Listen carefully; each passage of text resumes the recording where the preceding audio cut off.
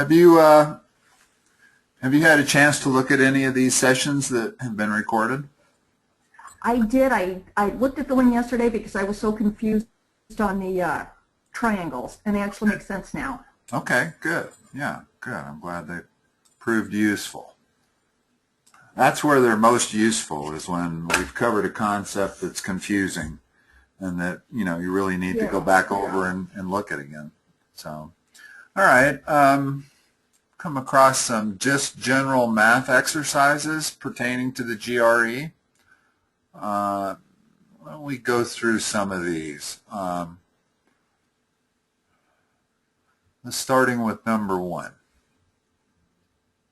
Okay, let's see. An 8-foot-long wooden pole costs $3.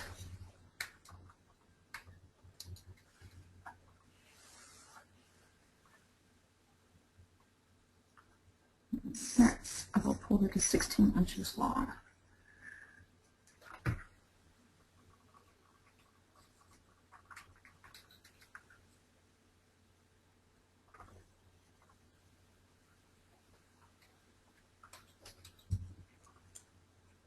Okay, so an 8-foot-long wooden pole would be 96 inches, and then $3. Oops, hold on real quick. Let's do price per weight.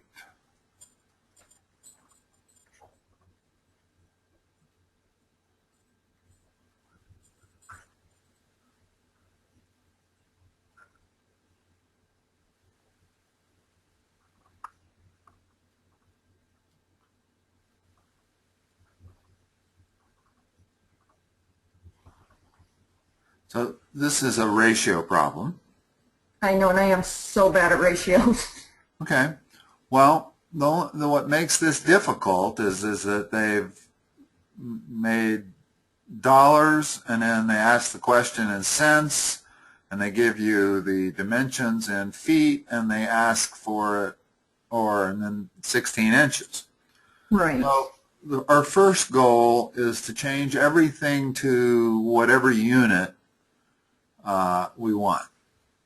Okay. I could either figure out how many dollars a 1 1/3 foot pole are going to cost, but it's easier to avoid fractions. Let's change everything into inches and cents. Okay. So we have 300 cents per 96 inches. And that ratio has to be the same as the cost in cents of 16 inches. So here's our ratio. Okay.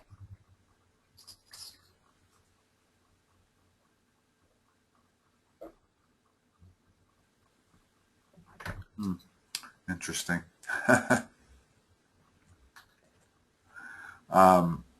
So how do we solve that?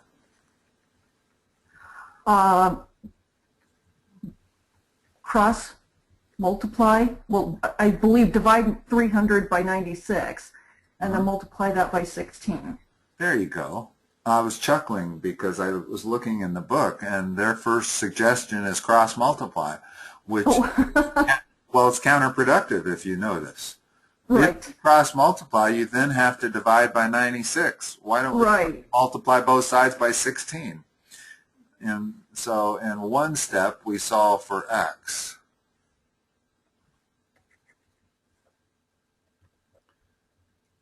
And that is equal to 50. Now, yeah, I guess since you have a calculator, there's no point in showing you any tricks as to how to do this manually in a more easy manner.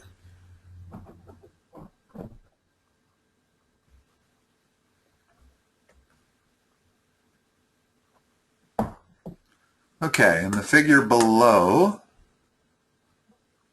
vertex Q of that square is on a circle with center O.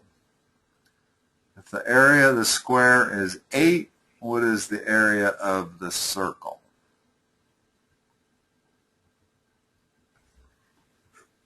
Okay, so let's see, the area of the square is 8. So 8, 8. Okay, so the radius is going to be 8 square root 2.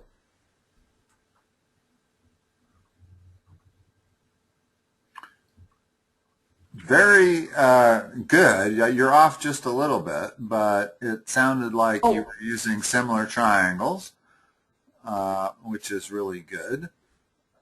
Okay, yeah, You are going to have to use them, but if the area of this square is 8, what is each side of it?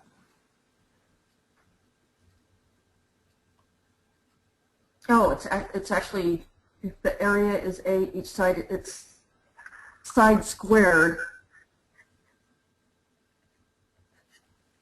Square root of 8. Okay. Okay? And square root of 8 can be reduced to two square roots of 2. Got it. So we know that this dimension here is 2 square roots of 2. And we want, in order to figure out the area of a circle, we need its radius, always. So if we let that be the radius, and is all we have to do is solve for that, and then we can figure out the area easy enough. So how do we solve this triangle? It looks like that's what you were doing, only you had the wrong dimension on the side of the square. Yeah, I need to be writing it down instead of trying to do it in my head, which is what I was doing. That's okay. Yeah, that kind of stuff is not really significant. That kind of error, I make those all the time. So if we now have a triangle which we know to be 45, 45. Right, so it's an isosceles, which means 2 of the sides are 2 square root of 2, and the other side is also, well, let's see, it's going to be 2 square root of 2 square root of 2. Correct? Which is 4, 8. No, hold on. Let's see. This side squared plus this side squared has to equal this side squared. But let's not do it using the Pythagorean theorem. Let's do it using similar triangles. Our similar triangle is 1, 1, square root of 2. So the scale factor is 2 root 2.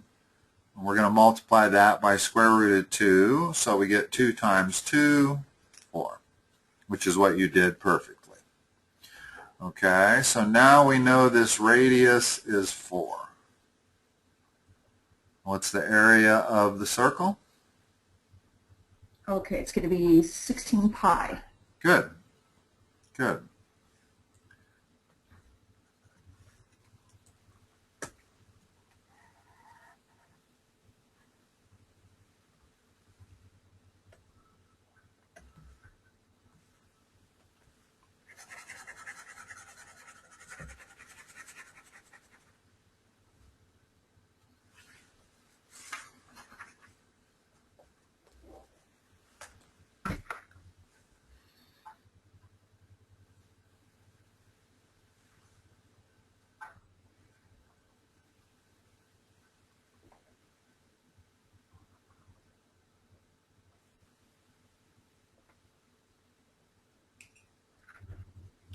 Wow.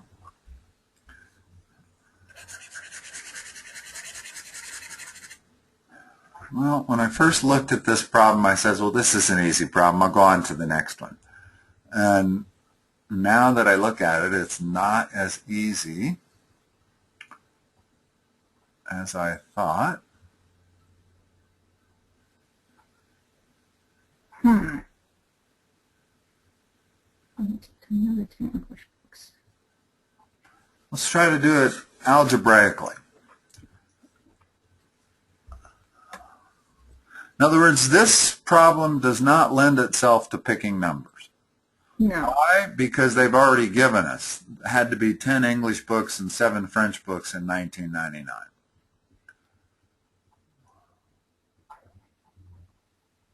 So this, I think, lends itself to algebraically. At least I think so. Let's try it. If we're going to solve it algebraically, the first thing we need to do is define a variable and what that variable is. And what I usually do is look to the last sentence. How many books did she read in 2000? Boom. Let's let X equal number of books she read in 2000. Okay. So now we can start formulating some equations. Let me think for a moment. If she read X number of books,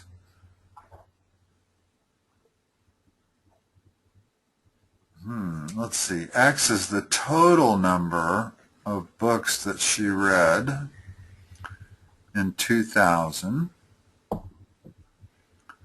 And we know, well, maybe we need a different variable here. Let's let Y equal the number of French books read and Z equal the number of English books read.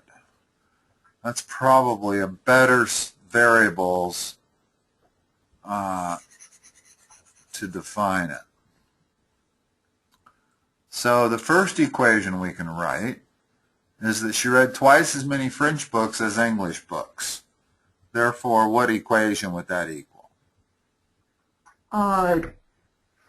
Let's see, 2y. She read twice as many French books. Oh, actually, it's going to be 2z. Y equals 2z. 2z. Okay.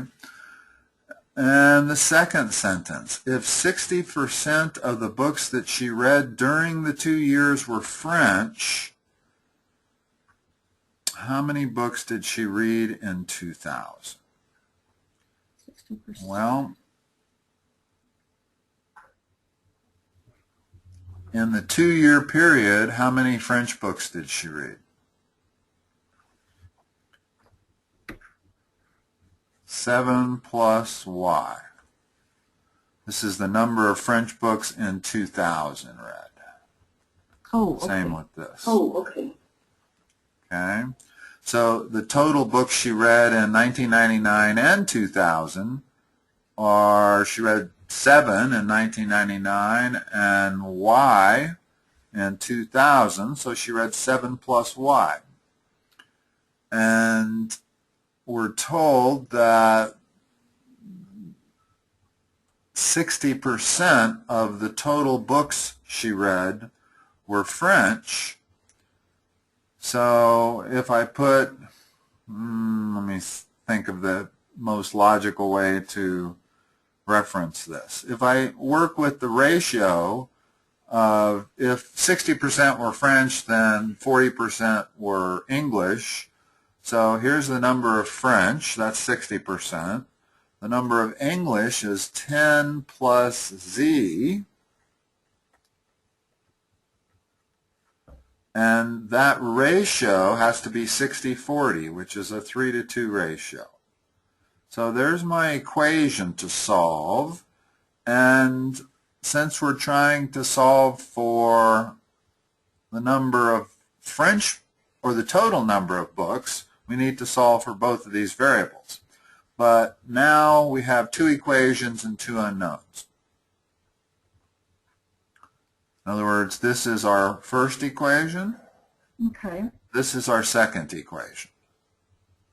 Okay. Okay. And are you comfortable with solving 2 equations and 2 unknowns, or should we go through the solution? Actually, I think I'm pretty comfortable with those. Okay. In other words, the easiest thing to do here would be to substitute 2z for this. Right. Solve for z. Go back, solve for y. Remember, our solution is y plus z, because they want the total number of books she read in 2000. Okay. Okay? All right, let's go on to the next one.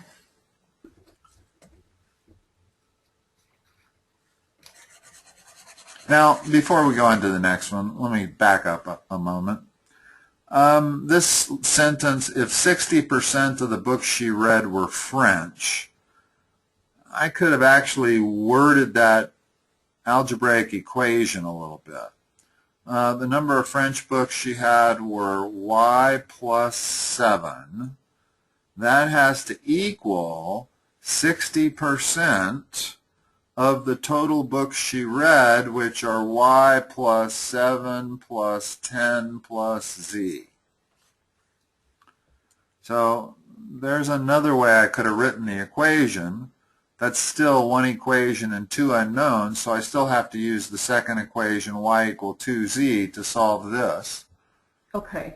But just in case you were having doubts as to how I decided to use a ratio on that instead of writing it as an equation like this, either one would have worked.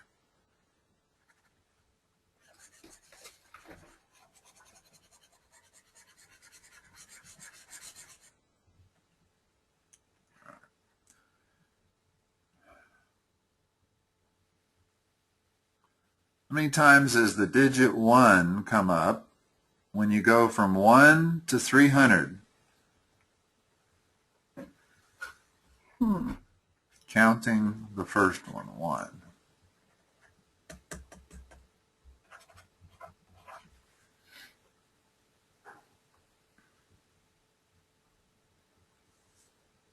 Well, let's see. We're going to have all the digits of 100 plus. You know what? I don't know how to do this one quickly. Well, I think we have to do it in the way you're about to. I'm not sure how quickly we can do it, but maybe quickly. In the first 10 numbers, there is 1, 1. Let's do it like this. First 10, there's 1. Okay? In the second 10, because those are the teens, there are 9 ones plus 11 has 2 ones in it. Oh, see, I wouldn't have even thought of that. Okay, so in the second 10, let me write it like this, we're going to have 10 ones. Okay. In the third through 9th,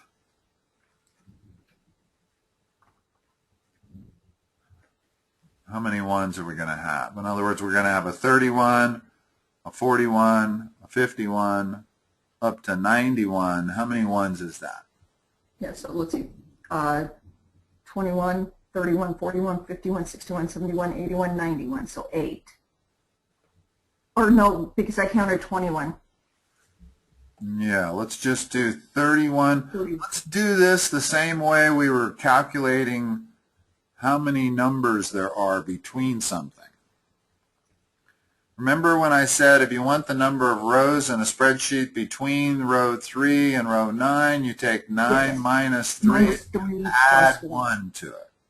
Yes. So there are 7 ones. Okay, now let's go to the 100 and let's get to that number. There's 1 1 in that number. Right. Now, when we go from 101 to 199, we are replicating. First of all, we have 100 ones from the hundreds digit that weren't there in the first 100. Right. But we have the same number of ones from this part.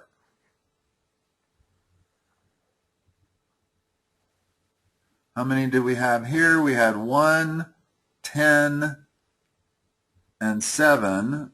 So we had 18. So we should have 100 for the one in the hundreds column plus 18. I think I'm doing this right. And then from 200 to 290 or to 299, we'll stay consistent. Well, we don't have that 100 anymore, so we just must have 18. And then in the 300, we have 0. So, what do we have? We have 18, 19, 137, and 18, 155 ones.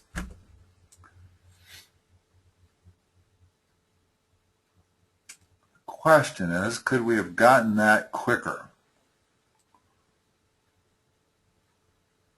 I don't think so.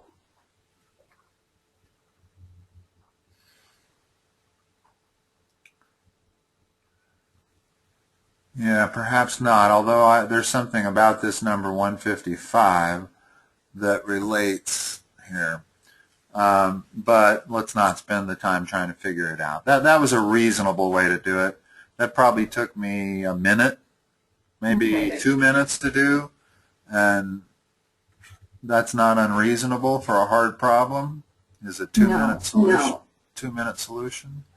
All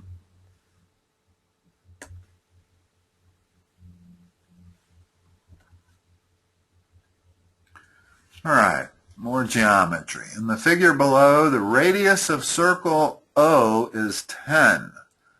What is the length of the diagonal AC of rectangle OABC?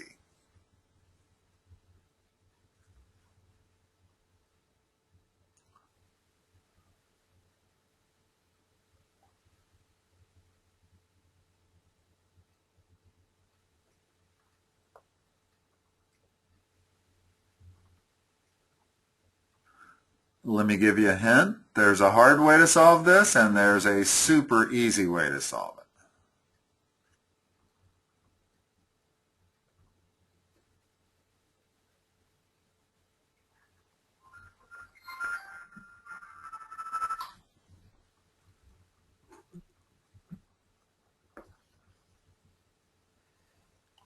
I have a rectangle.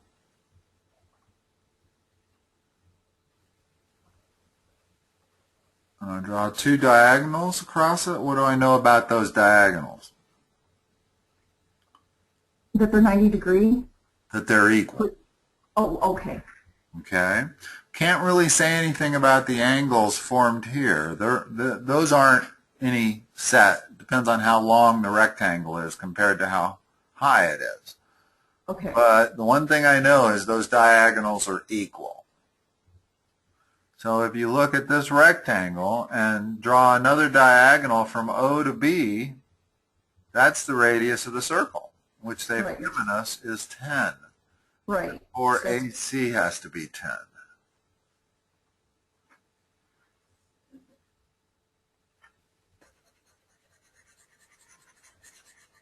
The hard way to solve this would have been to start trying to solve right triangles.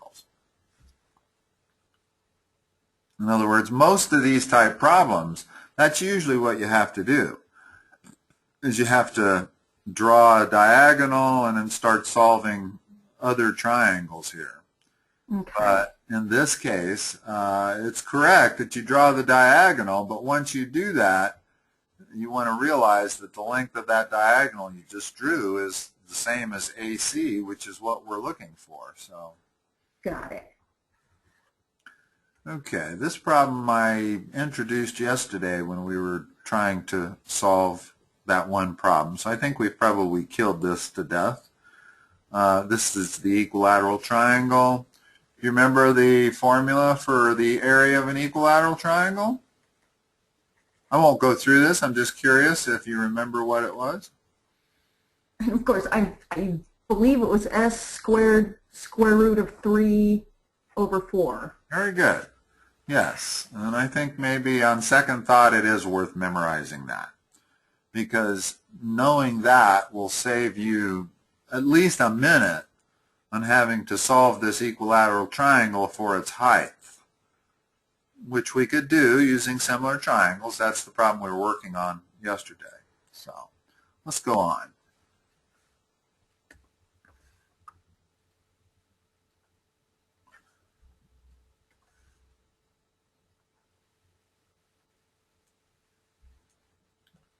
We have 5x plus 13 equals 31. And they want to know the square root of 5x plus, notice not 13, but 31. In other words, they intentionally try to trick you here by putting these numbers. For somebody with dyslexia, this would be a tough problem. Oh yeah, it would. They'd say the square root of 31 without looking much further. Luckily, the square root of 31 isn't on there as an answer for those with dyslexia.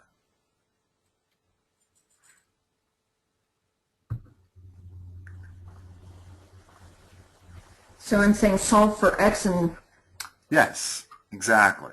In other words, it looks like, when I first looked at this, I says, well, the quick solution is take square root of both sides. Square root of 31 is the answer. And then I realized that that was 13 and this is 31.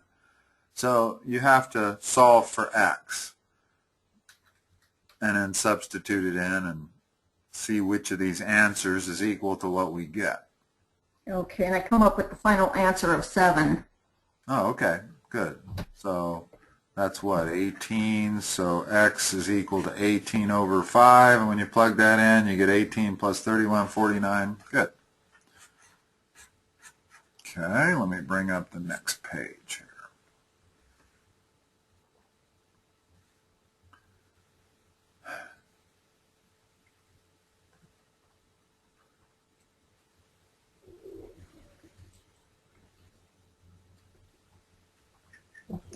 Hang on one second. Trying to figure out where I'm at on this thing. Okay, that was that page. This is the one I want. No? Hold on, I just scanned these. Oh, practice exercise. There we go.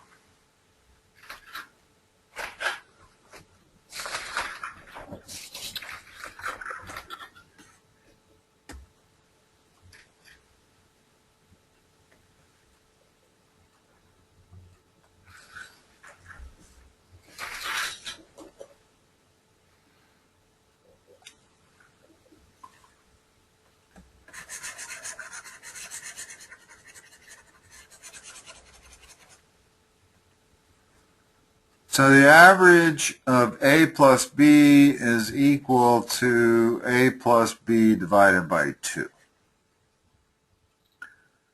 Well, we've got two ways to go on this. What's one of them? We could do addition. Okay, so you're suggesting we solve for a and b using elimination? Uh-huh. Okay, let's try that. Maybe something nice will happen.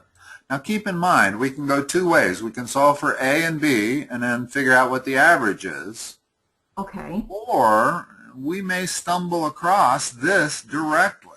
It's possible we may come up with a plus b over 2 instantly, and it would be nice if we can get that, because then we don't have to do any more math, if you know what I'm saying. Yes.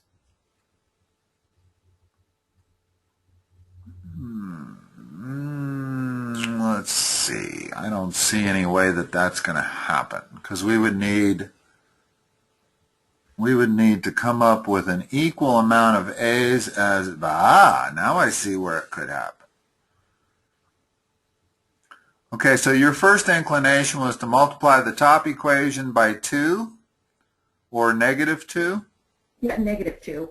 And eliminate the b's, solve for a's, go back, solve for b, and then figure out what a plus b over 2 is. Yes. That's the way I would have done it too. Although I just happened to notice how we can immediately get a plus b over 2. And that is, if we add these two equations, we get 6a plus 6b. That's the key, is to have these two coefficients be the same. Equals 30. And now divide all sides by 12. Oh, well, all sides divided by 6 is going to give us a plus b. Okay, let's do it in 2 steps. A plus B equals 5. So A plus B over 2 has to equal 5 halves. Okay. Okay.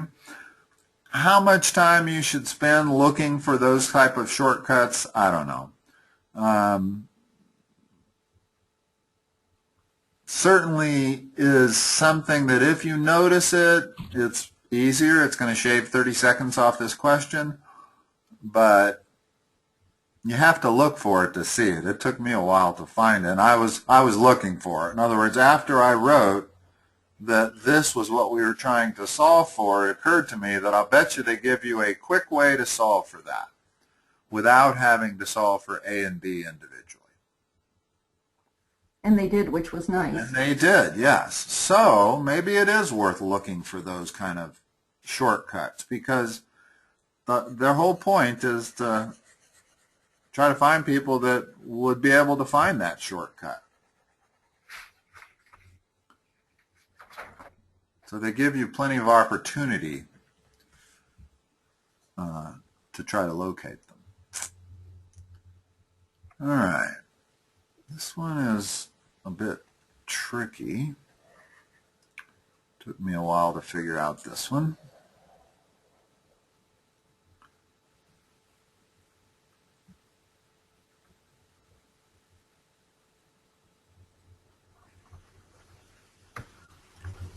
And then we have an equilateral triangle.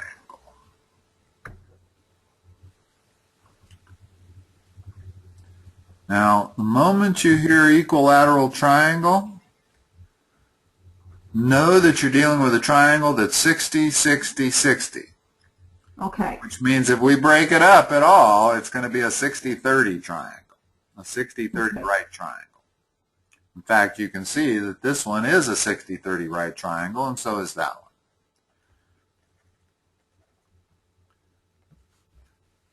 one. And they want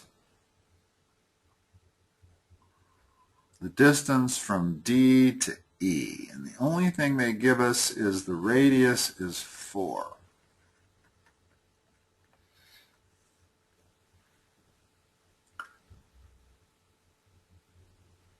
In the preface of the chapter, when they're giving you strategies on how to do these, they say draw lines. In other words, frequently the solution here lies in drawing an additional line and then solving a triangle. I mean, that's really what all of these end up being. And usually that triangle is a 30-60 or a 45-45. So would we draw a triangle? Let's see, we're looking for DE, so would we maybe a line from E to C? Well, I don't know that, C to I don't E, think no, that makes a certain amount of sense, other than we don't really have much way of determining that dimension. Exactly. So that's probably not the line we want to draw. Okay. A radius line is usually what works very nicely. Okay. Okay? And in other words, if we draw the line from A to O, the reason that works nicely is we know that that's 4. So we immediately have a dimension on this triangle. Now the key is, what kind of triangle is this? It's probably going to be a 3, 4, 5. Well, But remember that a 3, 4, 5, the 5 is always the hypotenuse. Yeah, duh. So just because you see a right triangle with a 4 in it, don't assume it's a 3, 4, 5. It would have to be in the right spot. If it was 4 here, then maybe I'd say, okay, this might be a 3, 4, 5. But that's not even the right logic to use here. The right logic involves knowing that this angle is 60 degrees. And this isn't a given that people would know this, but if you go all the way back to your geometry days where they talked about circumcenter and incenter, they're all produced by bisecting this angle. So we know this angle is 30.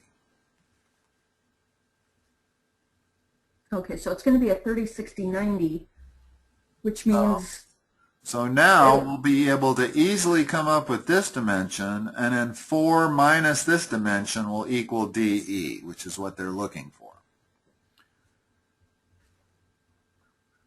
okay, so we know that the side opposite of the 30-degree angle is going to be 2. Good. What's that make? And then What's that make? remaining, DE? the remaining is going to be... We don't need the other side, incidentally. Oh, okay. There's no need to put in the effort to figure out AD. Okay. We know the radius is 4, and we know this part of that radius is 2, so this part has to also be 2. Oh, okay. Okay, because this line is also a radius. Okay, you made that a lot easier than I thought it was going to be. Well, the secret lied in knowing that that diagonal, or that radius, bisected that angle.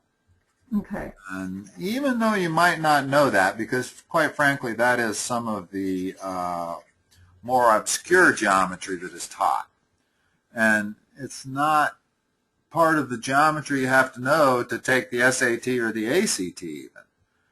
I tutor a lot of geometry, so I encountered it, that if you take a triangle inscribed in a circle, that this line, this radius between A and O, is going to bisect that angle. Okay. Although that would not be a bad assumption to make. Graphically, you can see that it looks like it bisects that angle. And since we know that angle is 60 degrees, and the only thing we know about are 30-60 right triangles or 45-45 right triangles, it would be safe to assume that that doesn't leave you with a 28-degree angle and a 32-degree angle. Right. In other words, that's a safe assumption to make, is that that line is going to bisect it. It looks like it does, and all the information we have is with 30-60 triangles. So between the two, that's enough. Now this one is particularly tricky. I guess it was for me. Oh, yeah, it's going to be for me, I had too. to look at this for a long time before I figured it out. Let's start off with the information that shaded region problems are always subtraction problems.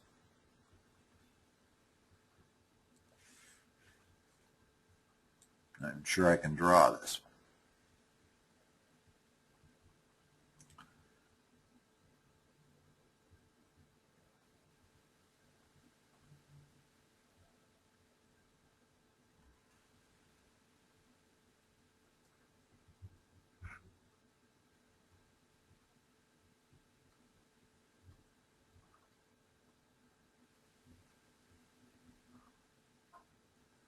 Okay, if shaded region problems are always subtraction problems, problem here is we don't have anything to subtract.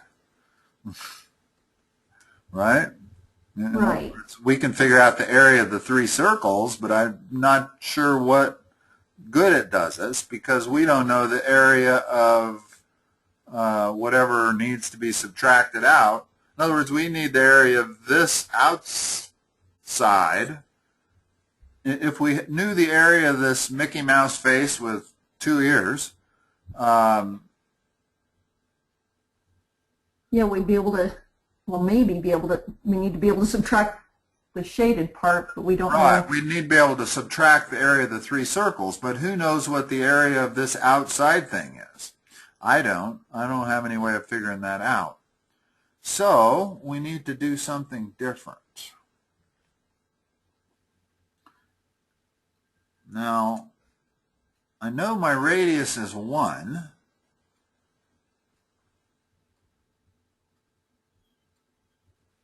Oh, Which makes that an equilateral triangle, because this side has to be 2, this side has to be 2, this side has to be 2.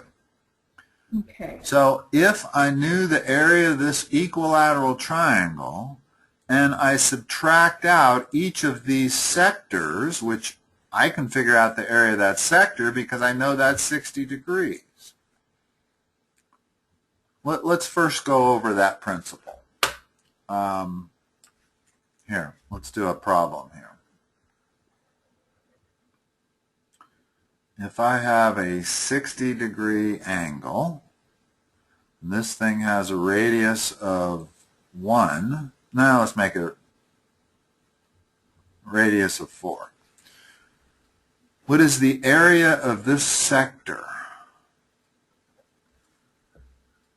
And the logic lies in what's the area of the whole circle and what percentage of the circle is the sector. First of all, what percentage of the circle is the sector?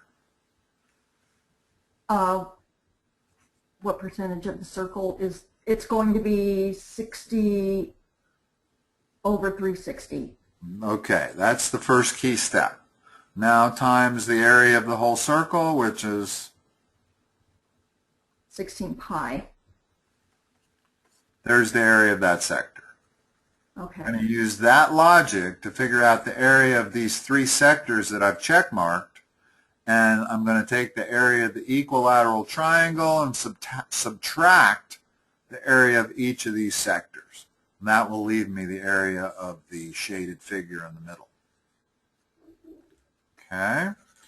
So notice that each of those angles is 60 degrees. So we're looking at the exact situation, only the radius is 1. So what is the area of one of these sectors? It's going to be pi. Pi divided by 6, because remember that it's 60 divided by 360 times pi times 1 squared. So it's pi over 6 is the area of each of these sectors. We got 3 of them, so we have 3 pi over 6. So 1/2 pi is the amount that we want to subtract from the area of the triangle. That's an equilateral triangle. Our formula is going to come in handy. What's the area of that triangle? Let me see, a squared.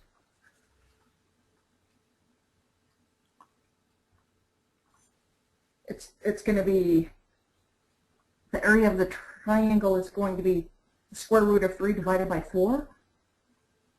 Well, is that correct? remember that the base of each of these triangles is 2, not 1. Oh, okay. So it's going to be the square root of 3. Exactly. So the area of the triangle is the square root of 3 minus pi over 2, which is answer D.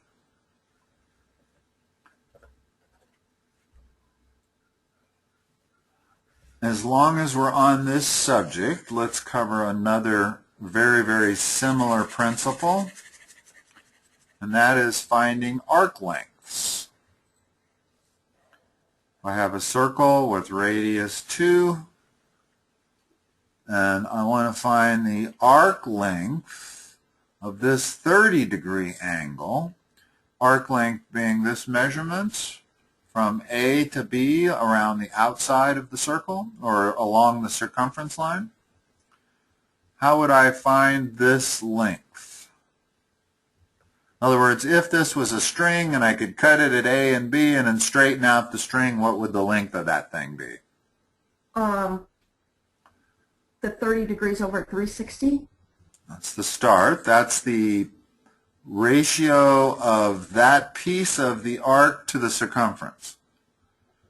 In other words, that's equal to 1 over 12 of the circumference of this circle. Okay. So what's the circumference? 2 pi r. And r is 2, so that would be 4 pi. So the measurement of this arc would be pi over 3. In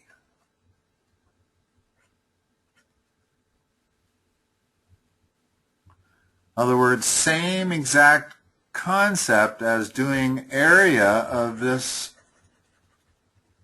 segment or sector. Got it. One is the area and one is The the circumference. circumference. Right. And in each Okay. case, we're figuring out the percentage of this sector of the whole area. And in the second case, we're figuring out the percentage of the length of this arc relative to the whole circumference. Okay. So they go together, and the key is to take that angle and divide it by 360 to figure out that ratio. Okay. Let's do some quantitative comparisons. Let me put it over here so that now you might have a little trouble reading that. This is A, B, C, D. They don't give us anything else about this triangle, so this is A plus B. How does it compare to C plus D? We need more information. So I'm saying it can't be determined. Okay, there is a theorem in geometry that's worth knowing, Okay. and that's that this angle D is equal to A plus B.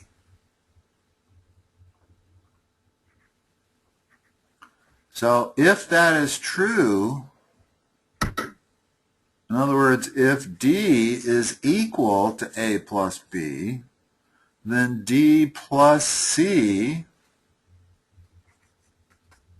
would have to be greater than A plus B as long as C was a positive angle. Now, I suppose you can theoretically say that we could draw this line on top of the right side there, in which case the two would be equal. But I don't think that's what they're looking for. And in fact, I can look it up, but yeah, the answer. I'm not quite, I'm sorry. What? I was just going to say that I'm not quite sure why D plus C is bigger than A plus B. As long as C is not 0.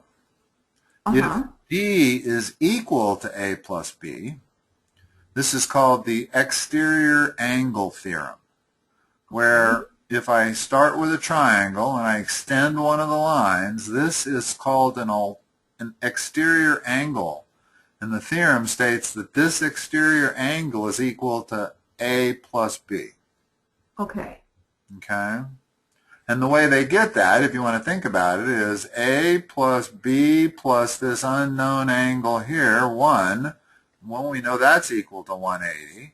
And what's also equal to 180 is that unknown angle 1 plus D that's supplementary to it. So if you subtract that angle from both, you get D equals A plus B. Okay. Okay? Once we know D is equal to A plus B, then D plus C has to be greater than A plus B. Exactly. Okay. Okay? I think these exercises are probably better because they tend to cover all of the basic math principles you're going to need. Although I don't know, actually, in honesty, looking at these exercises, they appear to be the same type problems as we run into in the practice tests. Okay, in this figure here, the only thing we know is that BC is greater than CD. Does that tell us anything about angle X and angle Y?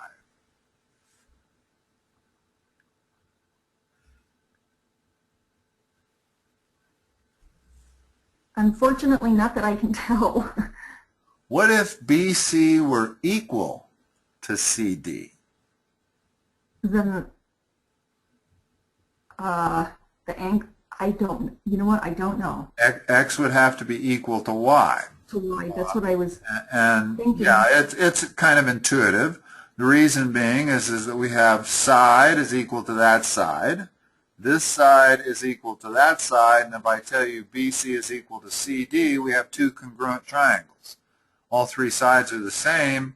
If all three sides are the same, all three angles are the same, that angle is equal to that Okay. So if they're equal and those two angles are equal, what I'd like you to do is picture what this thing's going to look like. If I make BC bigger than CD, I would have to draw it over to here somewhere, right? Uh-huh. That would make CD shorter and BC longer. So if I put this vertex over here, what happens to angles X and Y? One increases and one decreases. And that's what they're doing when they tell us that BC is greater than CD, is they're moving this vertex over to the right. Okay. Which means Y would have to be greater than X. Okay. This is a perfect problem for solving by graphically moving a line in your head, almost. In other words, you wouldn't, I don't know if I'd want to take the time to draw this thing. It's so complicated, it'd be hard to draw. But if you can just look at their figure and picture, well, this can't be in the center like they're showing it. It's got to be over here for BC to be longer than CD. Okay. The moment I move it, I can see if I've got to move this line this way, it's going to make angle X get smaller. Right. At the same time, it's going to make angle Y get bigger. Bigger. So Y has to be bigger than X. Okay. If this was a greater than or equal to, we wouldn't be able to tell, since it's a greater than. The number of odd positive factors of 30, the number of even positive factors of 30.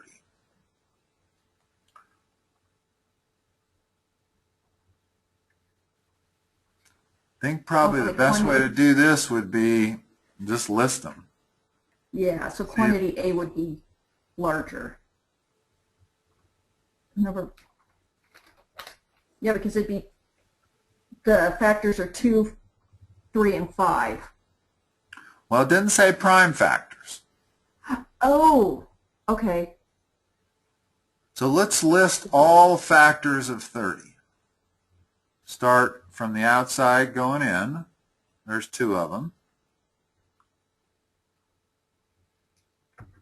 And then 2 times 15. So 15 and 2. There's 2 more. 3 and 10. 3 and 10. And 5 and 6. 5 and 6. And I think that's it. What I usually do here is I start with 30 and 1, and then I cut 30 in half, and then I see that I can cut it in thirds, and so forth and so on. Yeah, I'm confident that that's all of the factors of 30. How many of those are odd? How many are even? Let's see, 1, 2, 3. There are 4 odd. 1, 2, 3, and 4 even. So they're equal. That's all we need to know. Yeah. And even if you missed this factor, which some people might not put in there, you're going to have 3 odd and 3 even. I got a feeling, well, no. I was going to say I got a feeling that regardless of the number, they're always equal, but that's probably not true. If I had an odd number, if I said the factors of 7, well, that would be 1 and 7. What are the even factors? There are none. So I'll bet if this number is odd, the odds outnumber the evens. In fact, now that I think about it, if this number is odd, you don't have any even factors. If I take number 35, the only factors are 35 and 1 and 5 and 7. All of them are odd. So it looks like if this is an odd number, this is always going to be bigger than this. But if it's an even number, they're always going to be equal.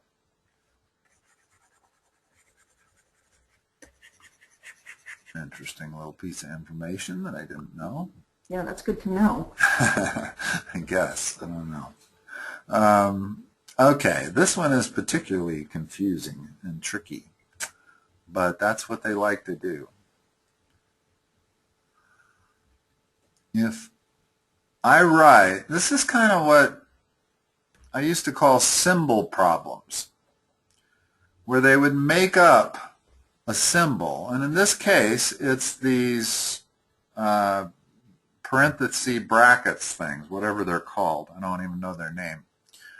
And what they're saying is that if they draw this little thing and put two letters in, what that means is that that represents the remainder when letter A is divided by letter B.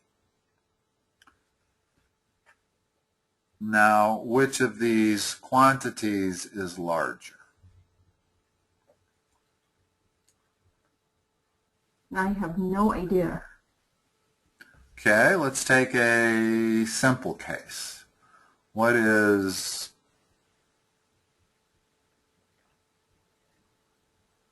we're told that this represents the remainder when 4 divided by 2. So what would this be equal to? 2. 0. Oh. There's no remainder. Oh. In other words, so you take this divided by this, whatever the remainder you get is equal to that. So if I said 5, comma 2, what's that equal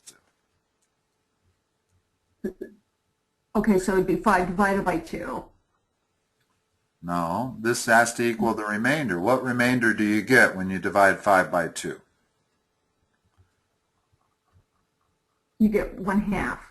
Well, you get 1. Right. You know, you bring up an interesting point.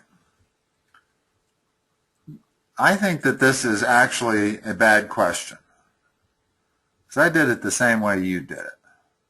In other words, when I divide 2 by into 5, I get 2 with a remainder of 1.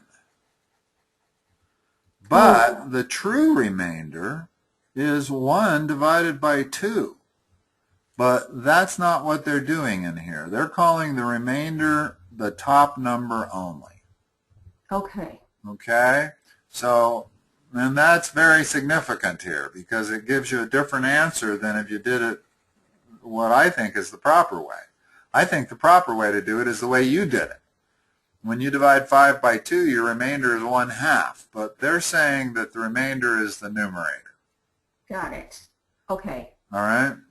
So the remainder would be 1. Okay?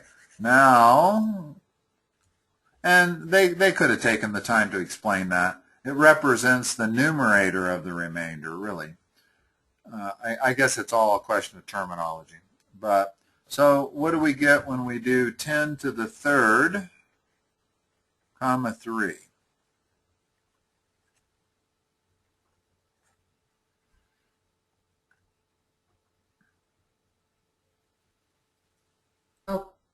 Oh.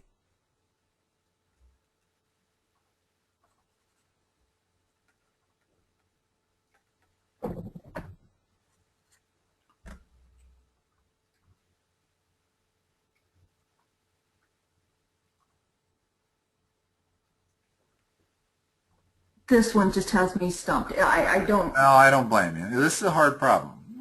But once you understand what they're saying, it's not so hard.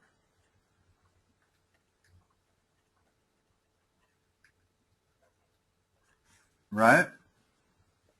In other words, this means that it's equal to the remainder when A is divided by B. Well, here A is 1,000, B is 3. So when I divide A by B, it's not this number that matters. It's this number. Okay. So that is equal to 1. So this is equal to 1. What about 10 to the 5th divided by, what about 10 to the 5th comma 5? There's not going to be a remainder. Good. So quantity A is larger. And the reason this is particularly hard is because I kind of did the same thing you would have probably done, which I would have divided that by that, and I would have divided that by that, and whichever was bigger, that's what I made the answer. And since this is clearly bigger than this, first time through I said quantity B was larger. It's because I didn't understand the function they had defined. They are defining this as a very specific function. Right. And that is not parentheses A comma B. These little figures here mean it's a very specific function. Okay. Okay? So, now we get the really hard one, which is 15, which says, which is bigger, C, D, or D, comma, C?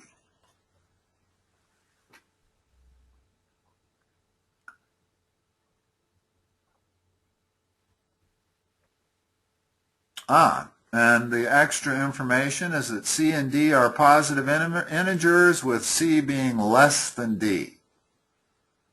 So let me make a suggestion here, since this is almost impossible to do conceptually algebraically because we're already dealing with a very complicated function. So let's pick some numbers. Okay. Pick a C and a D where C is less than D. 1 and 2. Which means, what's the remainder here?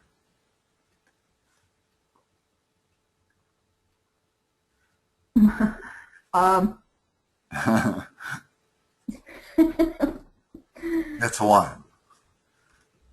In other words, 2 goes into 1 0 times with a remainder of 1. Okay. Okay.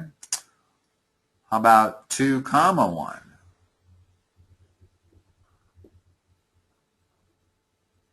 There is no remainder.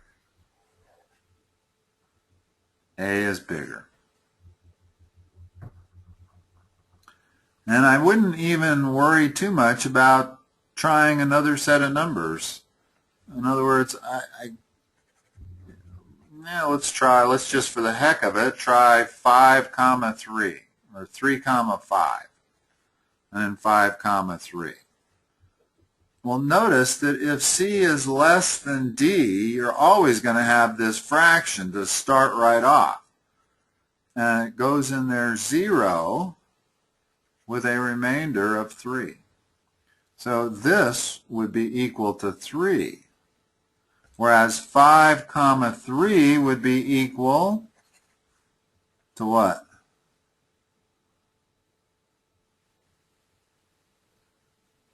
Okay, so there's going to be a remainder of 2. That's the answer, which makes A, again, bigger than B. Okay. Two different sets of picking numbers is all I need to convince me. Okay. Especially since we don't have to worry about negatives. If they could be negative integers, I would have to pick some negative numbers and try that just to convince myself that it didn't matter. And in fact, whenever you're picking numbers and you're not restricted, in other words, in this case we were restricted to positive numbers where C had to be less than D, make sure that you don't just use positive integers always. Okay. Sometimes you're going to have to try a negative number, and because sometimes it would work a certain way with all the positive integers you might pick, but if you put some negative integers in there, it might not work that way. Okay. So if you're wanting to mix it up, throw in some negative integers. The reason I was pretty confident after picking just one set of numbers here is because we couldn't mix it up. I can't make C and D negative. I can't make C bigger than D. I have to make C and D positive integers where C is less than D. So pretty much the first set of numbers I pick is going to give me an answer. That's what I'm going to go with. Okay. Okay. All right. Well, good. We got through this whole first set of practice exercises today. I think that's probably the best way for us to proceed. there are a number of these regarding the various different types of questions you get. Yeah, and I really like these ones because especially 14 and 15, I would not, I mean, flat out, I would have looked at that and had no clue as to how to do it.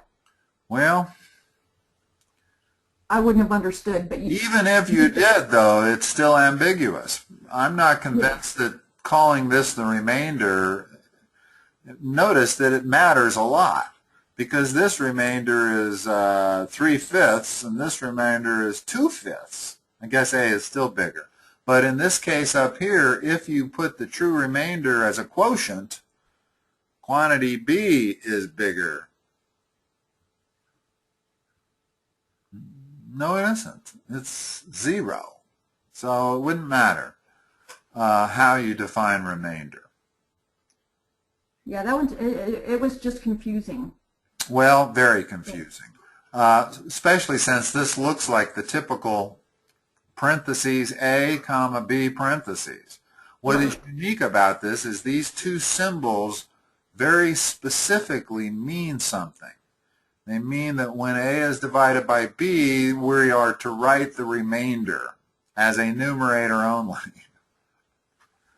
And once you get that, these problems become rather straightforward, but understanding that that's what they're trying to say is not that easy. Yeah. Exactly. All right.